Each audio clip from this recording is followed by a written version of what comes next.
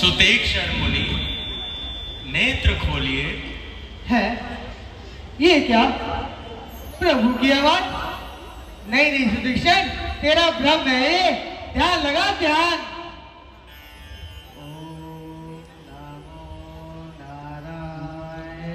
सुतेक्षण मुनि नेत्र खोलिए। फिर से आवाज? नहीं नहीं, भ्रम है, भ्रम भ्रम।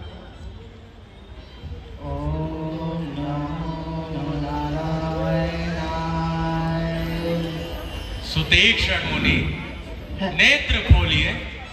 ये क्या? फिर से आवाज आई? पर प्रभु आप तो मुझे दिखते ही नहीं है। हे मुनिराज, तनिक पीछे मुड़ के देखिए। पीछे मुड़ के देखूं? प्रभु यदि मैं पीछे फिर से मुड़ा तब फिर से गायब हो जाएंगे। मैं पीछे नहीं मुड़ूंगा, मैं ध्यान लगाऊंगा, ध्यान। नहीं मुनिराज, आप तनिक पीछे मुड़ के तो देखिए। अच्छा, मैं पीछे मुड़ के देखता हूँ। आप कहीं जाएंगे तो नहीं? नहीं मुनिराज।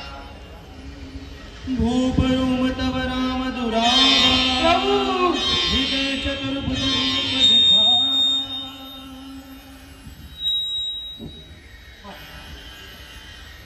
छोटे ठाकुर जी, प्रभु आपके दर्शन पाकर मैं धन्य हो गया। मैं आपकी स्तुति करना चाहता हूँ, आज्ञा है? अवश्य मुनिवर। राम स्तुति करे स्तुति क्षण, भज मन राम निज दिन स्तुति क्षण।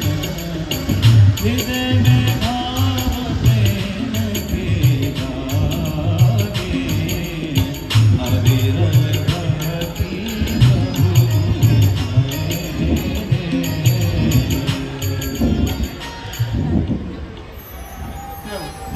हे मुनिवर, क्या आप हमारी भेंट ऋषिराज अगस्त जी से करा सकते हैं?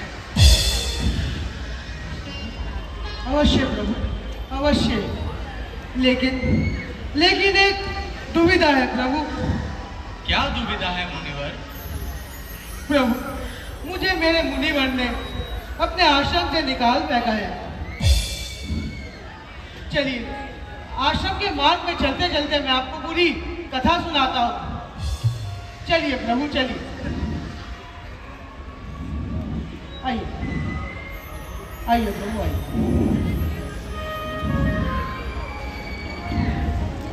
और सुदीक्षण जी, आइए आइए आइए, मैं रास्ता आइए आइए हेलो, आइए। बोले बढ़ाइए सर। हेलो। और सुदीक्षण जी, प्रभु श्री राम माता सीता जी को गुरु जी के आश्रम की ओर ले जाते हैं और वह अपनी व्यथा सुनाते हैं। आइए आइए, मैं आठ साहब, आइए आइए आइए आइए आइए। अच्छा प्रभु, मेरी कथा सुनेंगे? अवश्य मुनिवर। प्रभु, एक दिन की बात है, मेरे गुरुदेव ने मुझे कहा, बेटा सुदीक्षण। मैंने कहा, जी गुरु जी। उन्होंने मुझे कहा कि तुम ठाकुर जी को ले जाओ और गंगा स्नान करा लाओ, क्योंकि मुझे आश्रम में अधिक काम है। और मैं ठाकुर जी को लिया और अपनी अंगीठी में यूं लपेटा और उनको गंगा स्नान कराने के लिए ले चला। रास्ते में चलते चलते मुझे बहुत भूख लगी, क्योंकि मैं अधिक पेटू जो हूँ, मुझे बहुत भूख लगी प्रभु। चलिए प्रभु, चलिए, आप तो यहीं खड़े रह गए। रास्ता बहुत लंबा है, बाकी कथा मार्ग में सुनाऊंगा। आइए प्रभु, आइए आइए माता, आइए छोटे ठाकुर जी। भक्त सुदीक्षण,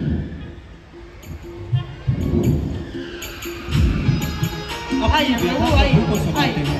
आइए आइए आइए आइए।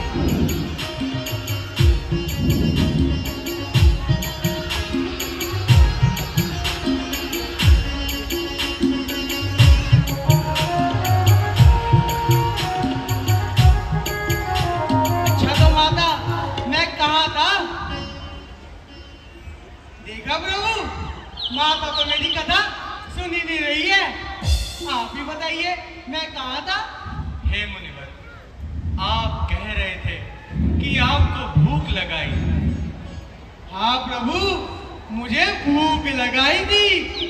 तभी मैंने देखा कि वहाँ पे जामुन के बड़े बड़े पेड़ थे, जिसपे ये मोटे मोटे, ये काले काले जामुन लटक रहे थे। मेरे को उनको देख के मेरी भूख शांत ना रही। मेरा मन उन्हें खाने के लिए करा। मैंने ये पत्थर उठाया, ये दे मारा, ये पत्थर उठाया, ये दे मारा, फिर भी कोई जामुन टूटा ना प्रभु। चलिए, मैं बाकी कथा मार्ग में सुनाता हूँ।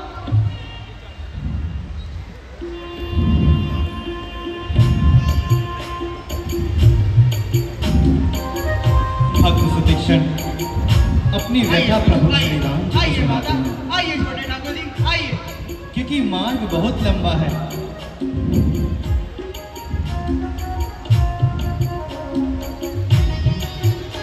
आइए आइए। अच्छा तो छोटे ठाकुर जी, मैं कहाँ था? हे मुनिवर, आप पेड़ से जामुन तोड़ रहे थे। अच्छा, आप सुन रहे हैं मेरी कथा? तो सुनाता हूँ। तो मैं पेड़ से जामुन तोड़ने लगा और एक भी जामुन ना टूटा प्रभु। और फिर मेरे को ध्यान आया कि मेरे गुरुजी ने तो मुझे ठाकुर जी को स्नान कराने भेजा था। तभी उन्हें स्नान कराने ले चला मैं। लेकिन जहाँ मैं उन्हें गंगा किनारे स्नान कराने लेके गया, वहाँ भी वही बड़े बड़े पेड़, उसमें भी वही मोटे मोटे काले काले जामुन लटक रहे थे। अब मेरी भूख शांत न रही। तभी मैंने फिर से पत्थर उठाया और ये दे के मारा, तभी तभी एक भी फल तब भी न गिरा। तब मैंने अपनी अंगीठी से ठाकुर जी निकाले, यूं लपेटे, यूं लपेटे, यूं लपेटे और यूं यूं घुमा घुमा कर तेरे मारे। तभी टपक टपक टपक टपक जामुन गिरने लगे प्रभु, गिरने लगे। और मैंने जी भर के जामुन खाए और मेरी शुदा शांत हो गई। लेकिन शुदा शांत होने के बाद मुझे क्या हुआ, ठाकुर जी तो नदी में जा गिरे और मुझे तो तैरना भी नहीं आता, तो मैं ठाकुर जी को नदी से निकालूंगा कैसे। तभी चलते रहिए प्रभु, मार्ग अभी भी लंबा है। आइए माता, आइए छोटे ठाकुर जी। आज भक्त सुदीक्षण अत्यंत प्रसन्न है, क्योंकि आज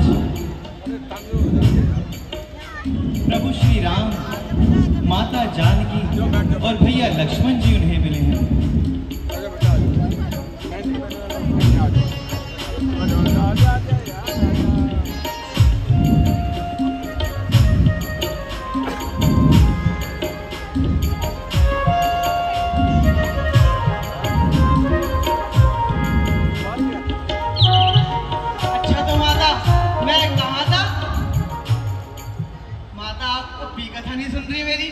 प्रभु आप ही बता दीजिए।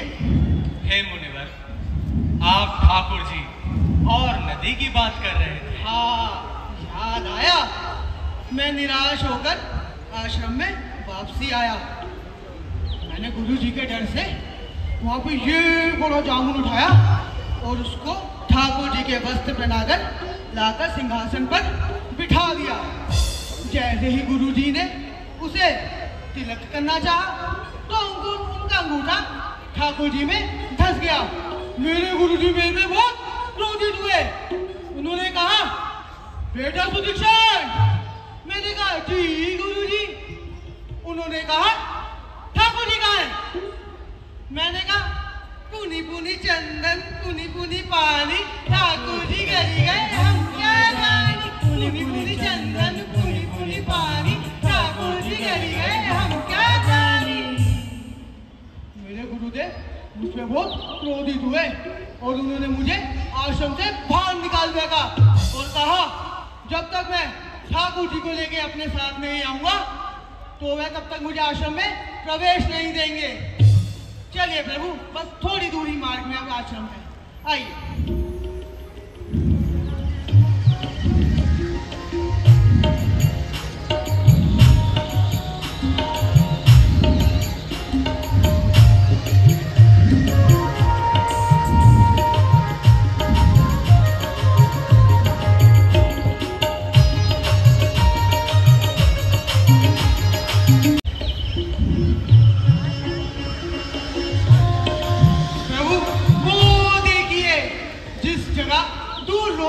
तेज है वह मेरे गुरु अगस्त मुनि का आश्रम है।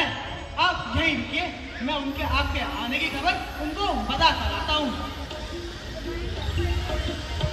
तुरंत सुदीक्षण गुरु पही गया। अरे सुदीक्षण। हाँ जी गुरुदेव। तू कैसे आ गया मेरे आश्रम में? अरे मूर्ख, मेरा पैर छोड़। नहीं छोड़ूंगा गुरुदेव, आज भी छोड़ूंगा। मेरा पैर छोड़। गुरुदेव, आज आप मुझे आश्रम से बाहर नहीं निकाल सकते, क्योंकि आज मेरे साथ ठाकुर जी, ठकुराइन जी और छोटे ठाकुर जी आए हैं। क्या कहा? ठाकुर जी? हाँ गुरुदेव। जी? हाँ। छोटे ठाकुर जी? हाँ गुरुदेव। तू सत्य कह रहा है ना?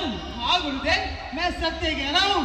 अगर आपको मेरी बात पर विश्वास नहीं है तो वे आश्रम के बाहर ही खड़े हैं। चलिए, चलो हम उनको लेने चलते हैं। चलिए गुरुदेव, चलिए।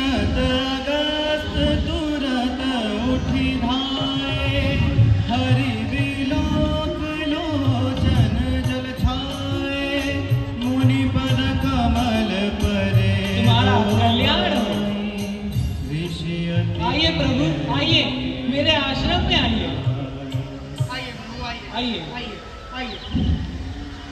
आइए प्रभु आइए।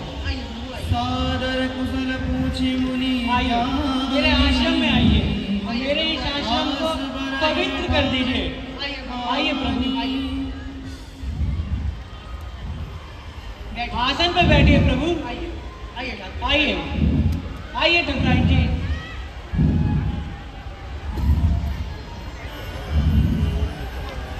बेटा सुदीक्षण। जी गुरुदेव। ये तुमने बहुत अच्छा काम करा है। जी गुरुदेव। अब से तुम मेरे सबसे प्रिय शिष्य हो। क्या गुरुदेव? पक्का अब तो सुदीक्षण। मुझे आश्रम से नहीं निकालेंगे ना? नहीं नहीं, अब मैं तुम्हें कदापि नहीं निकालूंगा। जाओ सुदीक्षण, प्रभु के लिए कंदमूल फल लेकर आओ। जो आज्ञा गुरुदेव।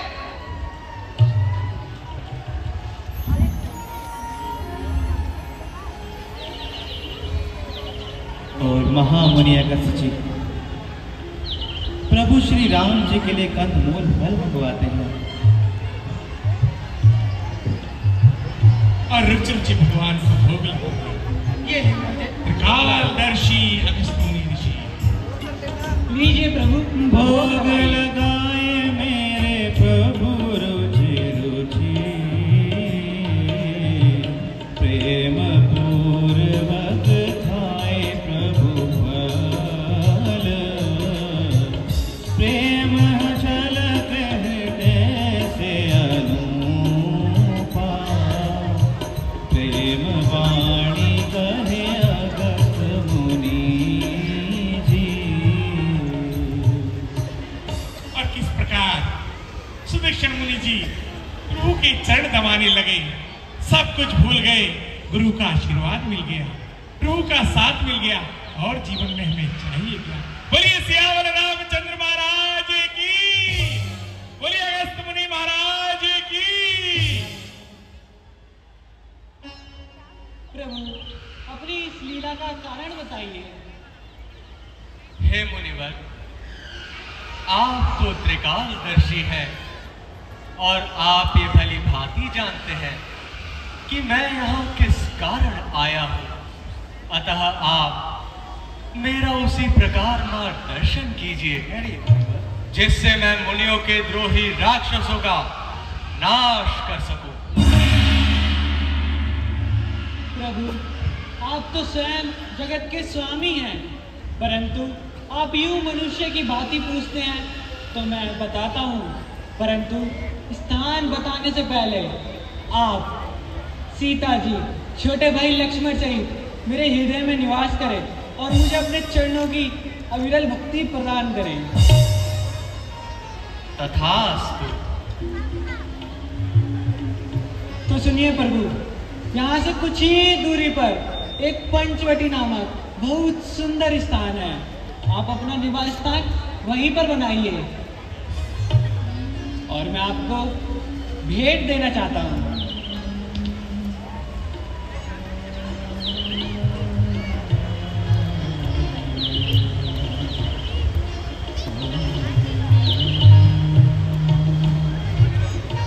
प्रभु ये दिव्य अस्त्र लीजिए, ये आपको युद्ध में सहायता देंगे।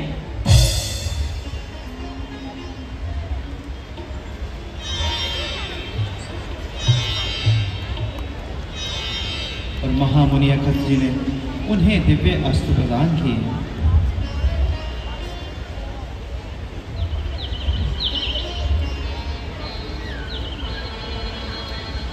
अच्छा मुनिवर, अब आप हमें जाने की आज्ञा दीजिए।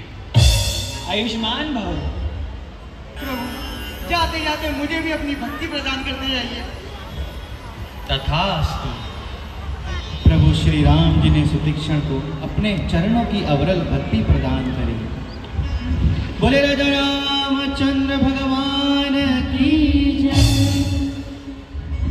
हे प्रभु परम मनोहर ठाओ, पावन पंचवटी ते।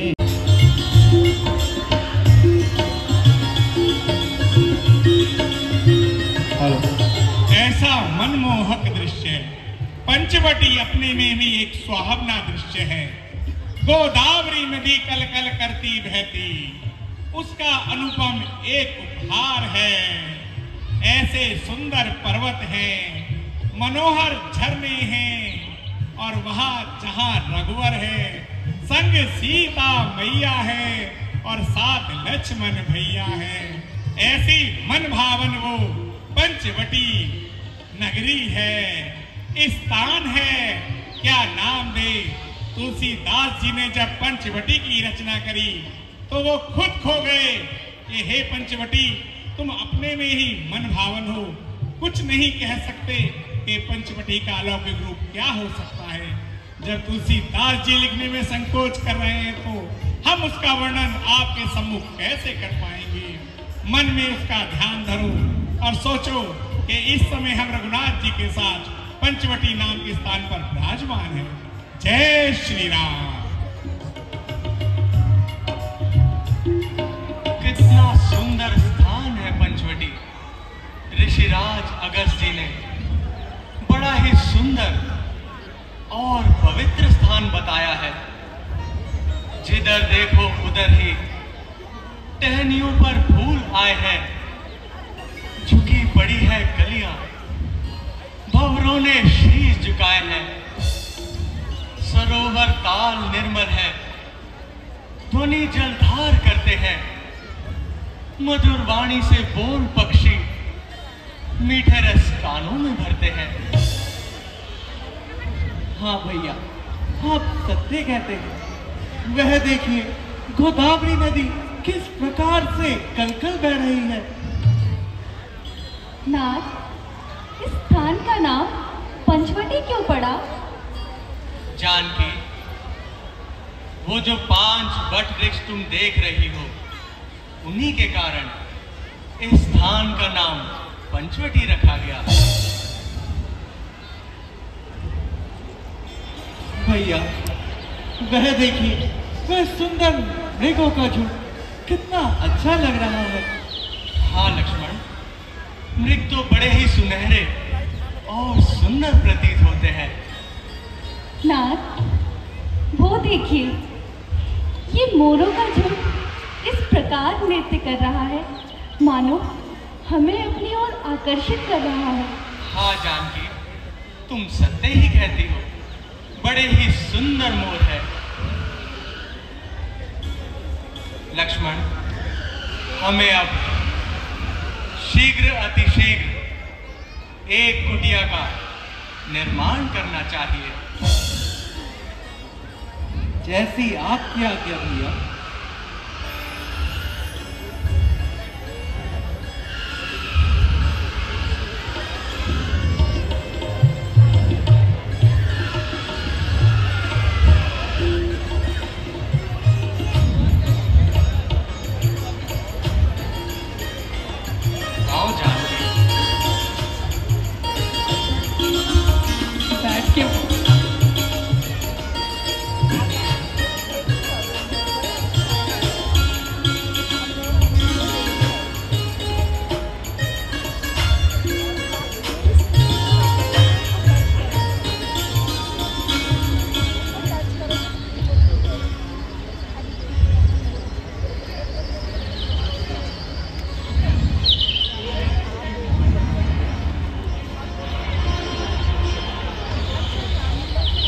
और पंचवटी का इतना सुंदर दृश्य प्रभु श्री राम और माता सीता जी और लखनलाल जी एक सुंदर कुटिया का निर्माण करने लगे, एक सुंदर स्थान बनाने लगे जहां पर प्रभु श्री राम विराजमान होंगे और अलौकिक रूप देखेंगे।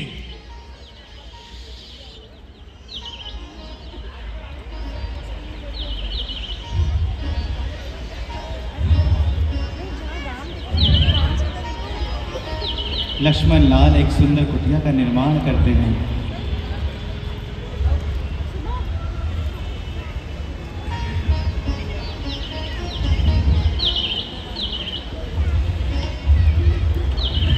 और प्रभु से कहने लगे, और प्रभु तो मन की बात जानने वाले हैं लखनलाल जी।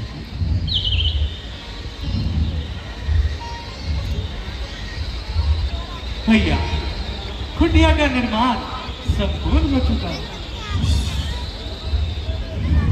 लक्ष्मण, कुटिया तो बड़ी सुंदर बनाई है तुमने। और प्रभु सीता जी को ले जाते हैं हाथ पकड़कर कि चलो सीते, मैं तुम्हें दिखाता हूँ लक्ष्मण जी ने क्या तुम्हारे लिए रचना की है। क्योंकि कामदेव के बाद विश्वकर्मा जी का नाम आता है और लक्ष्मण जी वही विश्वकर्मा जी जैसे शिल्पकार है सुंदर।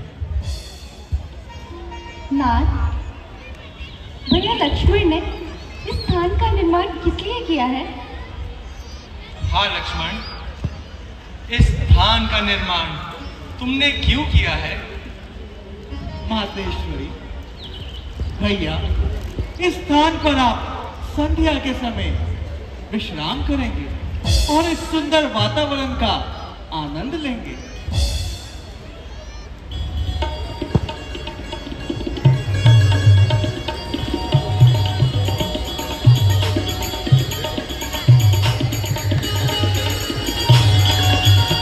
आइए भैया।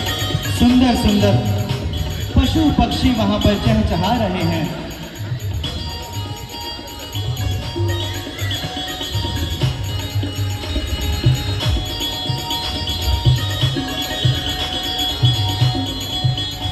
और मेरा अनुरोध है कि 2 लाइनों में जितने भी लोग बैठे हैं कृपया वह पीछे अपना स्थान ले लें, क्योंकि कुछ गणमान्य व्यक्ति भी आने वाले हैं, आपके पास भी होंगे।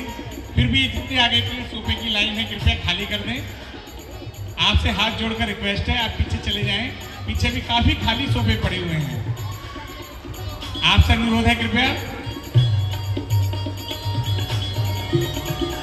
आपसे बोला जाएगा फिर अच्छा नहीं लगेगा। सुंदर सुंदर हाथ जोड़कर आपसे निवेदन है कि आप ये 2 लाइन छोड़कर पीछे चले जाएं, जिससे जिन लोगों के प्रभु राम के आशीर्वाद से जो लोग आते हैं और इस रामलला का पूरा योगदान देते हैं, उनके लिए भी थोड़ा सा सम्मान हमारे लिए बहुत जरूरी है। इसीलिए जितने भी आगे की 2 लाइनें खाली कर दीजिए।